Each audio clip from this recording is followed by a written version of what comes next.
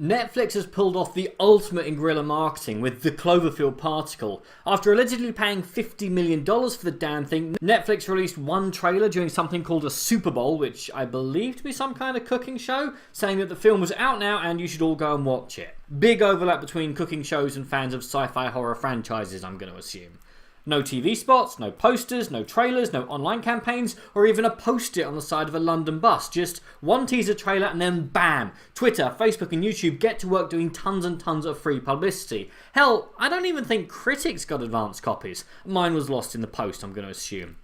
Or Netflix knew that this was such a turkey that they decided to cut their losses and just let it sink or swim on its own, like some sort of pop rock film. Either way, it deserves to be talked about in a cultural context, not just as a film in its own right. For example, does this mean that criticism is dead? Are cinemas now irrelevant for mid-budget films? Are critics now irrelevant? What does this say about traditional marketing now people like myself are capable of giving a film similar levels of publicity for free? How exactly does Netflix make a profit? And finally, why are we talking so much about a terrible film? Because this is a terrible film, but it's impossible to talk about without spoiling, so I'm going to do a quick spoiler-free run-through and then go to town on it. Short version, it sucks. The characters are one-dimensional, the plot's full of holes, you can tell that the original script had less than nothing to do with the Cloverfield franchise, and if you cut out all of the Earthbound scenes, you would lose, about 10 minutes. No memorable dialogue or moments, just loads of bits of cardboard wandering around an impressive, if impractical, space station with countdown timers above their heads.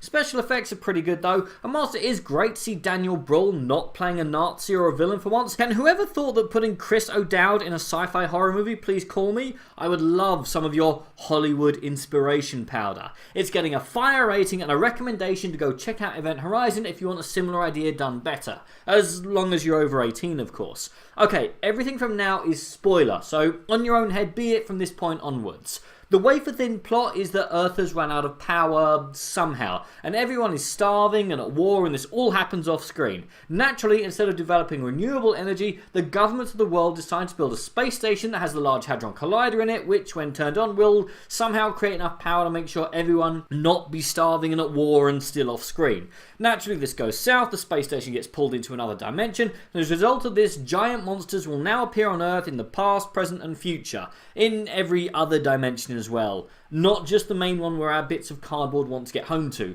Basically, it's Doom meets Event Horizon, but nowhere near as cool as that sounds. And also, this film doesn't explain where the monsters are from originally. They just appear out of thin air and don't affect this film's plot in any way, shape or form. Like I said, this was originally not a Cloverfield film, that just got shoehorned in for some unknown reason.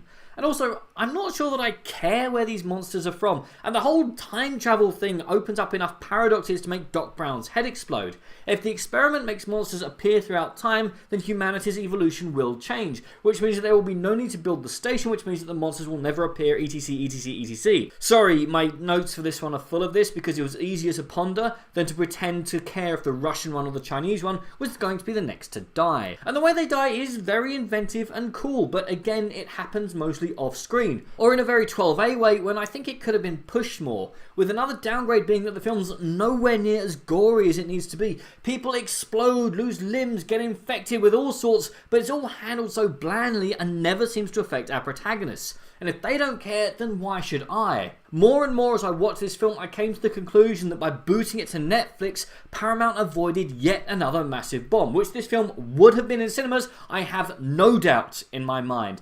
But to set up a franchise which can be used in any time or location or place as long as it has a giant monster in it. Hell, there are rumours of a fourth film already in the can set during World War II. And that's the genius of this film, as it has at one stroke turned Cloverfield into a near unkillable franchise. Rejected Godzilla script, boom, Cloverfield Tokyo. Pacific Rim 3 enters development hell, wham, Cloverfield Rim. Just keep the budget to about 50 million and you're off to the races. No need for continuity or keeping the same cast or even the same genre. 3 films in and we've already done found footage, single location and now outer space. What's next? A rom-com? A heist movie? The possibilities are endless. Continuity doesn't matter because you can just say it's set in another but very similar dimension, as long as they all feature giant monsters, that is. It's an amazing idea which makes the MCU look like a crayon drawing. I'm truly in awe of the idea, not not the film itself, which I have stated clearly sucks. Summing up, The Cloverfield Particle is a terrible film with nothing in it to recommend in any way, shape or form. Boring cardboard with no depth or characterization. It's full of plot holes and I could have made trading cards out of all the redundant scenes. If it had been released in cinemas, it would have sunk like a stone, but released on Netflix with one teaser trailer before it,